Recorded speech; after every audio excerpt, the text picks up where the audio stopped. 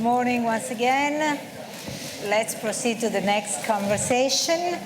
We have here the Minister of Foreign Affairs of Turkey, Mevlüt Çavuşoğlu, and with my colleague Jan Lesser, Vice President of the German Marshall Fund, we will try to figure out what the situation seems from a Turkish point of view, and we will have many other topics, as you can figure, to discuss. Good morning, Mr. Minister. Good morning. So let's start from the situation in the region, the position of Turkey. How do you assess it? Well, Mediterranean has been the basin for Mediterranean basin has been the cradle for many civilizations. But today, what we see is that this region has been faced turbulences on waves coming from different angles, from West, from Europe, from East, and also from Africa, from Middle East. There are indeed many challenges and frozen conflicts. Cyprus is one of them. But we have now two major challenges that we have to deal. The situation in Syria, it has many aspects. And countering terrorism is only one of them, but which is a very important one. The humanitarian consequences of the situation, and the situation in Idlib, and political process. And the situation in Libya, getting worse and worse. We all support the efforts of UN and Gassam Salama, that I just met him upstairs when we support the Berlin summit. But the situation on the ground is getting worse. But there are other challenges as consequences of the situation. Irregular migration is one of them. And from which point of view we see this challenge or problem? From the humanitarian point of view or from the security point of view? I think we should combine both to find a fair solution or to meet the basic needs, at least, of these vulnerable people, including women and children. And the rise of xenophobia, Islamophobia, discrimination, hatred is one of the challenges that we have to face altogether, because our societies, without any discrimination, have been suffering of that. So within this situation, again, effective multilateralism is important. If you list all these challenges that we have been facing, we can easily say that no country or no regional organization can deal these challenges alone. So we need effective multilateralism and sincere cooperation and collaboration between all the actors. Not only regional countries, there are many actors from other regions as well, in Syria, now in Libya. Therefore, Turkey has been trying to actually play its constructive role. Turkey is the largest refugee hosting nation or country, 4 million refugees that we have been hosting. And Turkey has 1,800 around, almost, maritime boundaries with Mediterranean. And we have 911 kilometers border sharing with Syria. That's why, naturally, Turkey has been affected most. And it's not only about the number of the refugees. Even only that one has been a huge burden on our shoulder. We have spent more than $40 billion. What we receive from entire international committee is around 3 billion euro. But we only alone ourselves spend more than $40 billion. But terrorism is another consequences of the situation that Turkey has been affected most. We have to deal with this. It's not only about the countering terrorism. On the ground, we have been doing this successfully. We had 3 operations against Daesh and PKK-YPG. But how about the killing of the ideologies of Daesh and the others? And there are women and children left behind. How are we going to rehabilitate them? And we lost many civilians in Turkey due to the terrorist attacks of Daesh and PKK-YPG. We have to counter that. So we have been shouldering a lot of responsibilities and playing important role. And in Syria and in Libya, we believe that only the solution is the political one, not the military one. And that's why we not only do our own job, but we do support the efforts of UN and international community. That's why now we have been able to at least convene the Constitutional Committee meeting in Geneva. Stefan de Mistura is here. He spent a lot of years, many years together with us to reach that point, and his successor is also doing a great job, Pedersen. So this is how we see generally the situation in our region. I just mentioned Cyprus. Since we came to power, sincerely, we spent a lot of efforts to reach a lasting settlement. In 2004, we supported the Annan plan. Unfortunately, Greek Cypriots didn't support it, so it failed. I'm not here to criticize them or to explain why they failed to support, but this is the de facto situation. And in 2017 in Crans-Montana, I was there for 11 days, and everybody recognized that only Turkey was constructive, but it didn't work again. So we should continue our talks to reach a lasting solution. And the situation in Cyprus has other aspects, consequences, like drilling activities around Cyprus. And we have actually many other frozen conflicts around Turkey.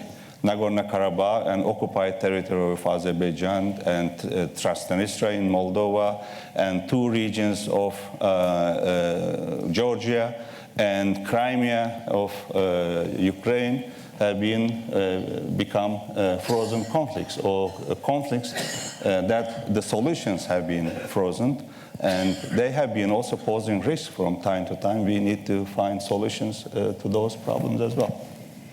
Thanks for the vision, and I think we can start the conversation here. Monica, thank you very much. Mr. Minister, good morning. I was wondering if I could ask you to follow up about Syria. Turkey is now very heavily engaged on the ground in Syria. I was wondering if you could say a little bit about your vision of the end game there. I mean, what is Turkey's exit strategy? Right. If we can convince the regime in Damascus, maybe some of its supporters as well, that the best solution, or the viable solution, is the political solution, I think we can resolve the problem. And the first round of the Constitution, why I say this? First round of the Constitutional Committee meeting went better than expectations. But regime blocked, unfortunately, the second round of the talks with their unacceptable preconditions first. And here we see that they don't believe in the political solution. And when you look at the Idlib, they have been increasing their aggression, and they continued their bombardments indiscriminately. So many civilians, thousands of civilians have been killed, and already tens of thousands of people has been displaced. Do they care about that? No, as they didn't care in Aleppo, in Iskuta, Homs, or Dara, or elsewhere. So only the solution is the political solution. But it is not that simple. Meanwhile, the territorial integrity of the country is so important. And YPG-PKK still has a separatist agenda, unfortunately supported by some coalition members. And now with our operation, after our operation, that plan has been killed, but we should be still vigilant. So countering terrorism, if we can clean the countries, including Iraq, from all sort of terrorist organizations with all manifestations, we can help the territorial integrity or support the territorial integrity of the country. And another aspect, I said, in humanitarian aspects of, there are many refugees in our countries, not only in Turkey, but in other neighboring countries, Iraq, Lebanon, and also Jordan. Obviously, they want to go back. How do I know that? We do meet them. And so far, 370,000 Syrian refugees from Turkey went back to Jarablus El-Bab region, where we cleaned from Daesh, and Afrin region voluntarily, because they feel safe there. already 65% of the IDPs went back to our operation areas. They want to go back. So we need to also work together for voluntary, safe, and dignified returns. And OCHA and UNHCR should be our main partner as main partners of Turkey. And we need to provide at least their basic needs as we agreed with other countries. Now, together with Iraq, Jordan, and Lebanon, we are planning to co-host a conference on the return of the Syrians. So this is a very complicated situation. The situation on the ground is also very complicated. And what we see also now, the regime cannot provide any assistance, even the basic needs of the people where they control, living where they control. It's also a big problem. So we need to reach a political settlement, not as soon as possible, but immediately. And this is the worst disaster that the world has been facing after the World War II.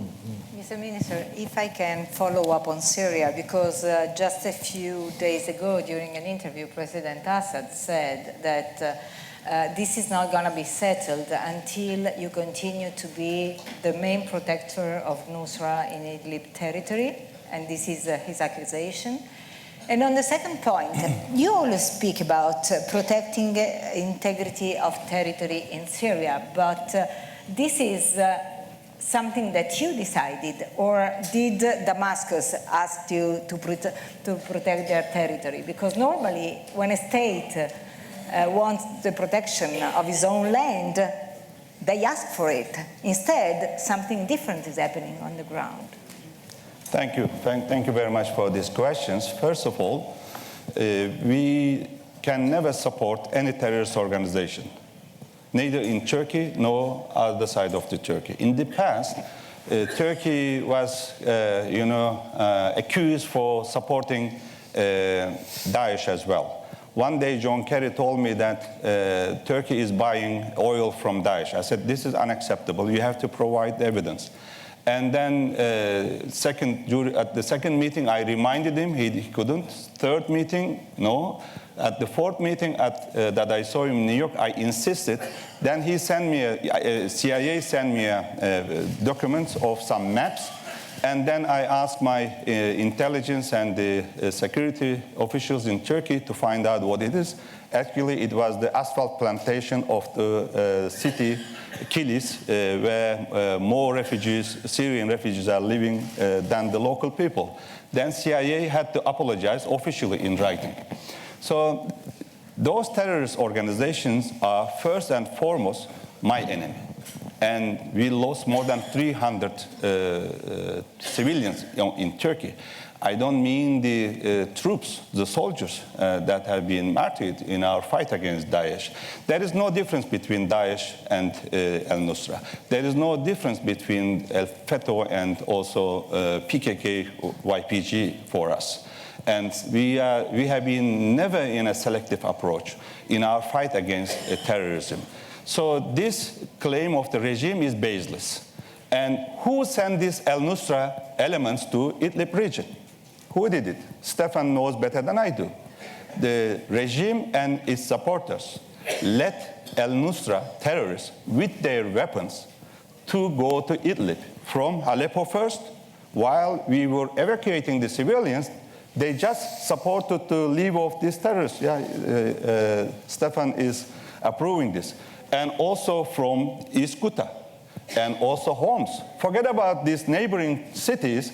They brought al-Nusra terrorists by buses all the way from Dara to Idlib region. I didn't bring them there.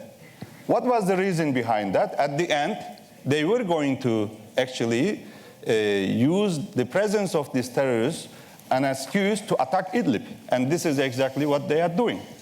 I'm against all sorts of terrorist organizations on the ground, and al-Nusra and Al-Qaeda and Daesh are listed as terrorist organizations in Turkey. Secondly, we are committed to territorial integrity of Syria more than anybody else. And our operations have been targeting only terrorists. Nobody was criticizing Turkey like Turkey is occupying, so-called occupying Syria, when I started my operation against Daesh, everybody was very happy that I'm still there. Also in Afrin, it was against YPG, PKK. Nobody reacted that much. Why our coalition member and some countries like France overreacted this time? Because they were aiming to create a terror state. And they were aiming to support the separatist agenda of this terrorist organization, nothing to hide. That's why they have been very much disappointed. And what should I do now? If I leave this area, if I withdraw immediately, and I am sure who fulfill the vacuums first? Terrorist organizations, Daesh or YPG, PKK.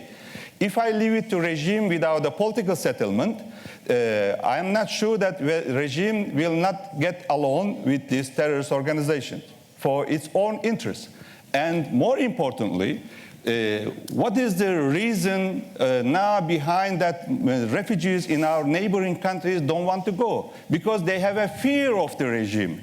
So if regime takes over, no refugees will go back voluntarily and safely to Syria. But this is the main principle that we all agree that it has to be voluntary, safe, and dignified return. So these areas that we have been forcing right now, the territories of Syria, and we are committed that. And when there is a political settlement, of course, we can easily hand over, and when they have established their security forces there, and we can easily hand over these areas to the Syrian people, Syrian state. Mr. Minister, I wonder if I could take you in a slightly different direction now, although it's related in a way, and talk a little bit about Turkey's security relationship with the West and with NATO in particular, and with the United States in particular.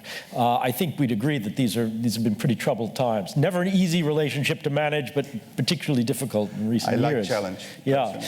I mean, one of the challenges at the heart of this, has been this S-400 dispute. And I was wondering if you could talk a little bit about that, because that's obviously a commercial and a technical choice for Turkey, but it's a political choice, and it's seen that way. Is it really worth it? Is it? Do you believe that it is a political choice of Turkey? It's seen that way in Washington. Well, and I ask your personal opinion. I think it is a political choice. All those kinds of purchases at that level are political choices. I think you are mistaken. Let me explain why. Do Turkey needs air defense systems? Is Turkey desperate right now? Yeah, you agree. Thank you very much. Do we have our own? No. Thank God we have been producing more than 70% of Turkey's need right now in Turkey, and we will continue to that end. But we are still not self-sufficient country in defense industry, not yet. Okay? And you also admit that Turkey needs air defense systems. Did we try to buy from our allies? Yes, for the last 10 years, we wanted to buy Patriots from the United States. We wanted to buy SAMP-T from France and Italy, but we couldn't get them. And NATO, since we don't have any air defense system, NATO asked our allies to deploy their batteries to the borders in Turkey. Who did that? Germany, the Netherlands, and the United States, and Italy and Spain. And in 2013, US, Netherlands, and Germany withdrew their batteries from my border when I needed them most. And this year, Italy decided to withdraw their SAMP-T battery. I'm not here to criticize Italy. I have to thank Italy only for the prolongation of the deployment until today. Now we have only one Spanish Patriot battery. Obviously, we need more. And I'm very grateful to our Spanish NATO ally and good friend. So this, okay. I need it. And I wanted to buy from our allies. They didn't want to provide that. I wanted to purchase them from our allies. This is our priority. And even today, I am ready to purchase Patriots. But is United States giving any guarantee that they will get consent or okay from the Congress? No. So what am I going to do? It is purely for technical reason that I had to buy air defense systems from somewhere else because I couldn't get it from my allies. And in the future, I need more of them until I produce in Turkey. And if I cannot get Patriots or SAMTs from our allies, I will have to continue purchasing from other sources. Say it can be S-400, it can be others. So actually, President Trump perfectly understands this. But his administration and Pentagon didn't want to understand this. But what we agreed in Washington, D.C., and also in London 2 days ago during the NATO leaders meeting, that we should continue to talk on this issue. So it is not a political reason. We are a NATO ally, and yes, Russia is our neighboring country. We buy gas from Russia, and our trade volume has been increasing. We disagree with Russia on Crimea, territorial integrity of Georgia, and even on Syria, we disagree in some areas. Again, Stefan knows this better than I do. But at the end, Russia is our immediate neighbor. I have to also cooperate with Russia, and our cooperation with Russia in Astana, in Sochi, has been bearing fruits. If Geneva is alive today, it is thanks to our products or outcomes of this Astana and Sochi talk. But I am the NATO ally, and we have been contributing to NATO activities more than most of the other NATO allies. So this is not a political choice, my friend. Are you convinced? Well, sort of. Okay, good. Thank you. I know Monica has Sort something to of is say. better than no. If you'll allow me just one follow. If obviously there are a whole list of things, you mentioned some of them that are kind of on the minds of the West and Turkey at the moment that's made it difficult, lack of trust. But if there's one thing from your side Reciprocal. If there's one thing you would think of that would help, that we could do between us to help this situation, say with the United States, what would it be? What's the one thing? Say it again. What's the one top thing, in your view, that we could fix between the United States and Turkey that would help? Well, United States' concern is our S-400 procurement. Maybe it is important sensitive, but we made proposal to meet their concerns. What is the proposal? Let's establish a joint working group of experts of NATO, Turkey, and the United States. And NATO should chair this to make the assessment and to find out whether their concerns are legitimate or not. This is the actually very positive, flexible approach. And what is my concern? What is my problem? First, the United States has been supporting a terrorist organization that has been attacking me. Right? More than 30,000 trucks load weapons that U.S. provided. So which one is more sensitive for any country or any nation? All right? And secondly, the perpetrator of the attempted coup in Turkey, the leader of this terrorist organization, FETÖ, has been living in the United States. No measures have been taken. Not only the leader of this terrorist organization, but other key figures fled to death. So which concern is more legitimate? Which problem is actually create more problem to each other? This is very simple. We try to create a safe zone with the United States in Syria upon the proposal of Trump. But what we saw on the ground was only delaying tactic of the United States. While they were working with us on the ground, pretend that they were working, at the 3 kilometers away, actually, they were supporting this YPG PKK terrorists, not only providing the weapons, but also through training programs. Mr. Minister, I would like to ask you so many questions, but time Go is ahead. really running away. Well, So you I had ask something long about and difficult questions. Oh, I have to respond. No, you're kidding. So, so let's do like this. We leave aside Let's for a proceed second. the easy and simple ones. Okay, so the easy and simple one, relations with the EU and Italy, and also the EU public opinion. Because I'm one of those people that always said that the dialogue with Turkey has to be kept open in some ways. But you should find a way also to, gain public opinion. And maybe the strategy is not the one of threatening Europe every single time with the refugee bomb, because last time that there has been this disagreement on Syria, your president was the one who said, now, if you continue with this disagreement, we will open the borders. So do you think that this kind of tactic can help our relation? Well, when anybody criticizes my President Erdogan and Turkey, my nation, when anybody, it's perfectly okay. But when there is a response coming from Turkey, nobody likes it. Well, why Erdogan said that? Well, I have been hosting more than 4 million refugees, and 3.6 million of them are from Syria, for last 7 years. I just mentioned that.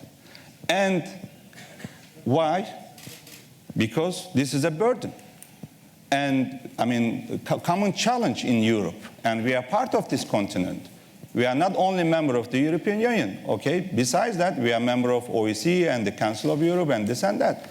So, we haven't received enough support, okay? But still, we have been fully implementing this migration deal that we reached with EU in March 2016. But when Erdogan proposed that we should work together for voluntary and safe return, many European countries said, no, I don't want to support this because you are doing the demographic engineering. If people are able to go back to their homes, is it demographic engineering? YPG has did democratic engineering. If you don't believe me, you can ask the Christian minorities in Syria, Arameans and the others. Go and ask. You can ask the Syrian Kurds living in Turkey. 350,000 Syrian Kurds living in my country still. Why they couldn't go back? Not only those, but the ones in also northern Iraq, 250,000 around. Why they have not been able to go back? Because YPG didn't allow them to go back, because YPG hates other Kurds, the opposition Kurds. So what I'm trying to say, okay, we want to return, and Europe said no.